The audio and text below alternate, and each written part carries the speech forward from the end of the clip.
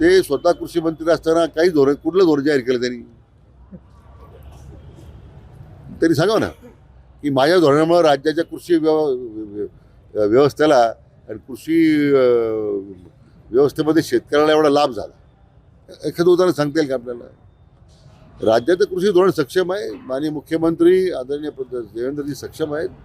मला वाटतं लोक आता या सगळ्या जे कुरापत्या करण्याच्या ज्या काही लोकांच्या भानगडी आयुष्यभर ज्यांनी केल्या आहे, लोक त्याला तर विसरत चाललेले आहे. आणि म्हणून कोणत्या ना कोणत्या मार्गानं आपलं उपद्रवी मूल्य दाखवण्याचा काही लोक प्रयत्न करत आहेत. जरांगे पाटलांनी सरकारला आणि तुम्हालाही आवाहन केलं की दिवाळीपूर्वी ओबीसी प्रमाणपत्र वाटप व्हायला हवं किंवा केलं जावं. नाही, असं आहे की हैदराबाद गॅजेटची कार्यवाही सुरू आहे. भूमिका सरकारची स्पष्ट आहे. कोणत्याही ओबीसीच्या आरक्षणाला धक्का न लागता हे आपण आरक्षण देतोय.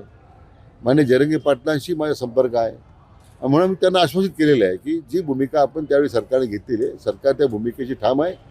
कुठल्या परिस्थितीमध्ये घेतलेल्या निर्णयापासून सरकार मागे जाणार नाही. आधी जरांगे पाटलांनी दुसरं असंही लोकांना आवाहन केलं की जर एका आडनावाचं जर तुमच्याकडे प्रमाणपत्र असेल तर ते तुम्ही दुसऱ्यांना द्यावं. महाराष्ट्रातल्या सगळ्यांनी त्या आडनावाच्या आधारे ओबीसी प्रमाणपत्र घ्यावं. हे शक्य आहे का? असं होऊ शकतं का? आणि दिले जातील का असे प्रमाण? नाही, म्हणून जी वंशावळी निश्चित करण्याची समिती या गावपत्र पण नेमलेली आहे. तलाठी, ग्रामसेवक, कृषी सहाय्यक त्यांनी सगळं तपासावं ना. आता एखाद्या गावामध्ये 80% एका आडनावाची लोक आहेत, त्यातल्या 4 लोकांना प्रमाणपत्र आहे, तर बाकीच्या 80% लोकांची वंशावळी त्यांनी जर निश्चित केली तर त्यांना मिळतील. तर विजय वडेट्टीवार असं म्हणतायत की सरकारने जर हे प्रमाणपत्र, हे जे GR जर रद्द केलं तर आम्ही 10 तारखेच्या मोर्चामध्ये मुख्यमंत्र्यांचं स्वागत करू, त्यांचा सत्कार करू. असं आहे की काँग्रेसला भूमिकाच नाही आहे. दुर्दैवाने विजय भाऊला हे माहीत आहे. नेतृत्वाला काहीतरी दाखवण्यासाठी त्यांची धडपड दिसते, तर त्यांना वास्तव माहीत आहे. त्यांच्या हाताचे पैसे घेण्यात आले, त्यावर कुठेतरी आरोप प्रत्यारोप सुरू आहे. अनिल परबांनी सांगितलंय की आम्ही त्यांच्यावर आरोप असेल तर दावा दाखल करू. या सगळ्या प्रकरणाकडे तुम्ही कसं पाहता?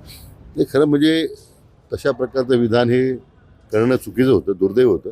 मला वाटतं आज वंदनीय शिवसेनाप्रमुख बाळासाहेब ठाकरेंचं जे काही प्रतिमा होती, त्यांचं जे एक प्रकारचं वलय होतं, विनाकारण त्यांना या राजकारणाच्या वादाच्या ओऱ्यात ओढून आपण आपली स्वतःची प्रतिमा कमी आपण हे करतोय, मलिन करतोय. मला वाटतं वंदनीय बाळासाहेबांच्या संदर्भात अशा प्रकारचे वक्तव्य टाळले पाहिजे, असं माझं व्यक्तिगत मत आहे. रामदास कदम यांच्या पुतणीने जी आत्महत्या केली ती संशयास्पद आहे. मुख्यमंत्री रामदास कदमांना का वाचवताय असा सवाल देखील अनिल परब यांनी केला. नाही, त्या व्यक्तिगत त्यांचं काय घडलंय, का आत्महत्या केली, काय ते मला मी त्याच्यात नाही आहे ना. पण वंदनीय बाळासाहेबांच्या बाबतीत केलं जे वक्तव्य आहे ते दुर्दैव होतं. आता isakal.com आहे देशातील नंबर 1 ची मराठी न्यूज वेबसाईट. प्रत्येक अपडेटसाठी isakal.com ला नक्की भेट द्या.